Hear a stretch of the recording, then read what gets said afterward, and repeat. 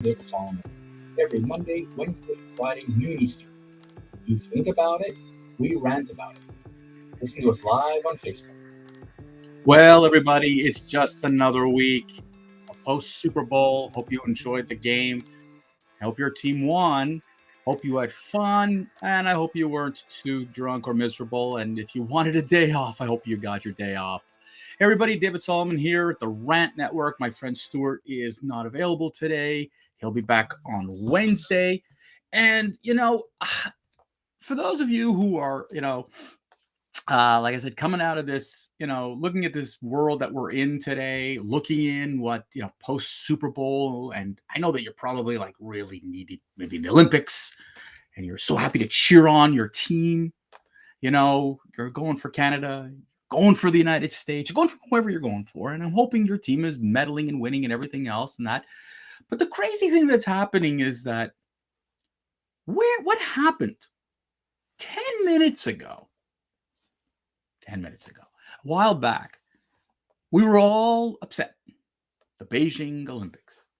First, it was the fact that it was COVID. I mean, why would you do the Olympics in a COVID period? I mean, even though we had it in Japan a year ago, not even a year ago, but now we're having it in Beijing. And Beijing, that's China. And so why are we having it in China again?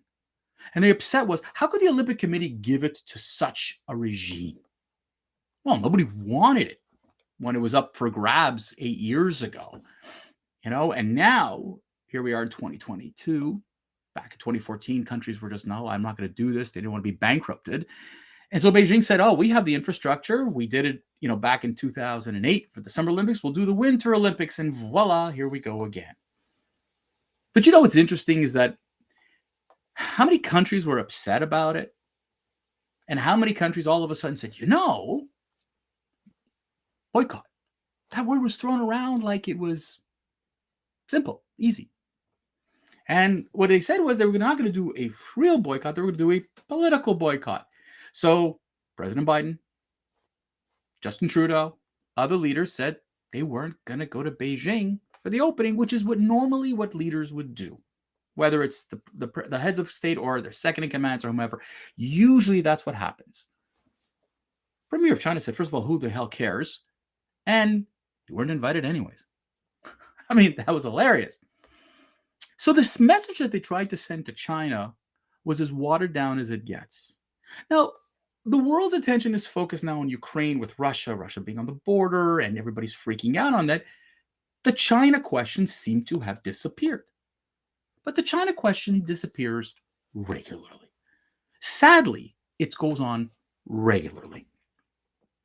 Now, why are we upset about China? I mean, there's a laundry list of problems with China.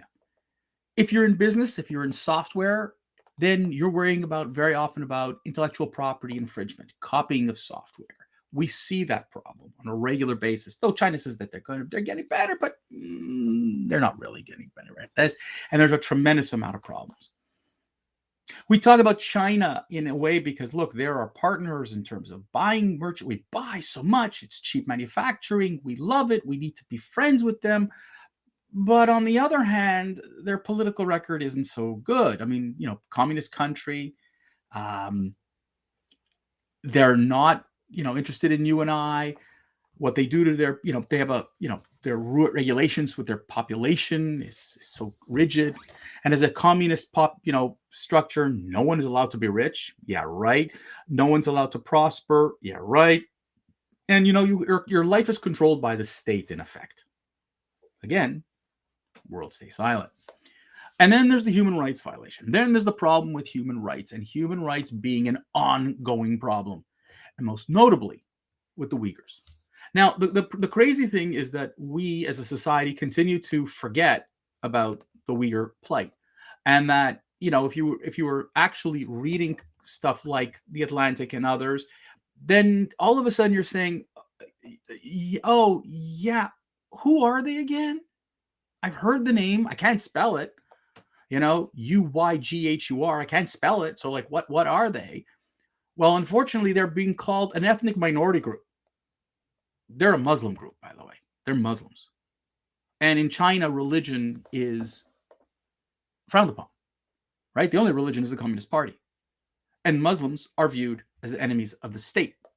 That's why they're subjugated and in internment camps, concentration camps, where this population goes and is re-educated, re-brainwashed to be part of society if they don't conform. They're in hard labor camps where if they don't conform, they stay there. And the world stays silent. Now, we've talked about how the NBA has this love affair for China because it's such a big and beautiful country and it's where the future is at. Nike's manufacturing it. We've talked about this and I'm not going to go back in there. And kudos to at least one basketball player, Enes Kanter Freedom. That's his name. He changed his last name to Freedom. He's now an American citizen. He's from Turkey. And he's called out the NBA for its BS. It's called out the NBA for the fact that they're ignoring the plight of the Chinese and especially the Uyghurs in China. Now, it's interesting because we love to give it lip service. And we like to say all these things. You know, oh yeah, we care, we care, we care, we care. You know when we care? It's when all of a sudden we say a politically incorrect statement. Okay? Now, the part owner of the Golden State Warriors, Chamath Palihapitiya, was on a podcast. He's the CEO of Social Capital, member of the Virgin Galactic Board. And he said, let's be honest, nobody cares about what's happening to the Uyghurs, okay? You bring it up because you really care, and I think that's nice that you care. The rest of us don't care. He says, I care about the fact that our economy could turn on a dime if China invades Taiwan. I care about climate change. I care about America's crippling and decrepit healthcare. But if you're asking me, do I care about a segment of a class of people in another country? Not until we could take care of ourselves will I prioritize them over us. And it's interesting how he got ripped apart, shred by shred, including the head coach of the team, Steve Kerr, who wanted to distance himself from it. Steve's quite a woke guy, so of course this is disgusting. How dare the man say something that many Americans and Canadians and Westerners believe in? This is an out of sight, out of mind population. Who cares? Who cares? That's his attitude. And if you actually care, let me ask you this question. How many protests have you seen in your city? How many have you gone to? How many newspaper or media articles have been published? How many political pundits go on there? How many have threatened boycotting or sanctions? Or how many have actually stood up in certain communities to voice their frustration for it? Almost nobody. So again, he's vilified, but he's right. Unfortunately, that we actually don't care about the plight of the Uyghurs. We don't care about the plight of many minorities who are being persecuted around the world. Okay? I challenge you to name me 3. I honestly do. I'll bet you're gonna have a tough time. But if you dig not hard, you're gonna find that there are atrocities all over the world. And China, who sits on the Human Rights Commission board and tells the world how they should act, but they themselves are persecuting their population and persecuting Uyghurs. And the American population, the Canadian population sits back and goes, yeah, we should do something and say something, but the reality is we don't. We don't. China and that is just not an issue. But when do we do say something about the Uyghurs? Well, when we can compare its plight to something that, well, I mean, come on, it's got to be happening in America, right? So J.A. Adande, who is an ESPN journalist, also professor at Northwestern University, he teaches at the Medill School of Journalism. He compared the ongoing human rights abuses committed by China to election reform in the United States when he was on ESPN. Now, Around the Horn's a funny show. I mean, it's a little bit tongue-in-cheek. It's a bunch of people commenting and whatever. But for crying out loud, to sit here and to tell me that you're comparing voting right issues to the plight of the Uyghurs, and you're telling me that's the same? Could you please find me any Americans that are sitting in internment camps, can't go visit their families, hard labor, persecuted by the police in a physical way? Yeah, I know what you're going to tell me, David. Come on, have you not been watching the news lately with George Floyd and the rest of them? You're telling me that that's the same thing? That there's a systemic attack of all state police against all black people, I'd be hard pressed to believe that. I'd be hard pressed to believe that the voting rights, that the fact that Americans are being asked to present an ID at a voting station is equal to the plight of the Uyghurs. This ignorance that Jay Adande has posted and put on there is what makes me sick. Because this son of a whatever can go up and say whatever he wants. No one's going to censor him. ESPN didn't tell him you can't do that. ESPN and Disney and the university ignored it. It's a man's opinion. It's not a big deal. So when it's convenient, you're telling me that their plight, their disaster is equal to what you have in the US. That's when you bring up the Uyghurs. That's when you care. That's when the China problem makes a lot of sense. Come on, guys. Give me a break. Jay Adande and all the rest of you, poor souls out there who are looking to create the unnecessary noise, congratulations. You've just proved your ignorance. And again, a beautiful check for China. It's a lovely check. So, when the Dennis Pragers of this world, the Ben Shapiro's of this world, the Candace Owens of this world, and others who are on the conservative news side are saying that we need to be stronger and more aggressive with China, we're being told, oh, no, we can't. We need China. We need to make China our friend. We need to make China our friend. China is our enemy right now. China has been our enemy for years. What friendship do we have with China? It's a relationship of convenience in terms of us buying from them, and it's cheap and it's great. But the reality is, China doesn't care about you and me. China's a political animal. Their relationship with Russia, North Korea, all these megalomaniac type of societies, not a problem, because they're looking at world power. They're looking at world domination.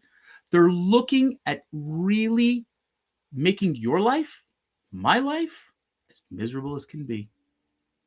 That's the problem. You see, at the end of the day, the China problem is a problem. Nancy Pelosi begged the athlete, don't say anything. Don't say anything. Because we're afraid that, basically we're afraid that they're going to go to jail and then there's going to be a problem. Just like we saw what happened with the two Michaels here in Canada who were arrested for years and in a jail on trumped up charges on espionage. While in the meantime, one of the VPs is, in jail in Canada. And guys, this is the problem. We're afraid to confront. While Donald Trump stood up to China and showed that there is a way to push back, unfortunately, Mr. Biden has, rescinded, Trudeau has rescinded that and has said, no, we need to be nice with our Chinese partners. We need to be friends. We'll find a solution. There's no solution, folks. China has no interest whatsoever. They are a massive problem. We're petrified of what China can do to us. They have us like this. You don't believe me? Go check out the containers on the water of what they've done. Businesses are starting to move away from China for manufacturing because China's got too much control. The Human Rights Commission has to go and tell China you can't continue to act this way. That if you are a world leader and a world power, human rights violations, I'm talking to the wind because they're not going to do it. UN doesn't have the clout to go after China. But the reality is we need to tell China enough is enough. The way you treat your people, the way you treat your minorities, the way you abuse religious, sects, the way you are, it's absolutely horrific. Speak to people who are first-generation Chinese immigrants, and they will tell you that life in China is horrible. And don't believe the stories that you hear in the media that it's really worse here than in China. Pick up and move to China. Live there and tell me how you really feel. Yeah, it's cool to go visit as a tourist, but living there, their environment is terrible. Their lifestyle, everything is horrifying. And you're saying that it's worse in the US and Canada? Go over there. Folks, we're petrified of China. We're scared of them. And we need to stop being scared. It's time to stand up to China, stop what they're doing to the Uyghurs, take back. Don't give them the Olympics. Don't give them the opportunities to use propaganda against us. Don't give them the power. It's time to grab it back. And it's important that US, UK, China, the rest of the G7, the G20 really put the clamps on China. That's how they're going to learn. Ladies and gentlemen, that's the end of the 15-minute rant that I got. I'm looking forward to seeing you guys again on Wednesday, again on Friday, and I'm looking forward to hearing from you comments that you might have about our show. Remember, we're not pre-recorded, we're not edited, we're live. We are unvetted. This is our opinions. These are our rants. We are not a news network. We're not a media source. But what we do is we do look hard and fast into the media and say, what's wrong? Where are we going wrong? And we're expressing ourselves accordingly. So if you have something you wish to express, send us a note at the rant at therantnetwork.com. Post a comment on our Facebook page. Check us out on YouTube, Rumble,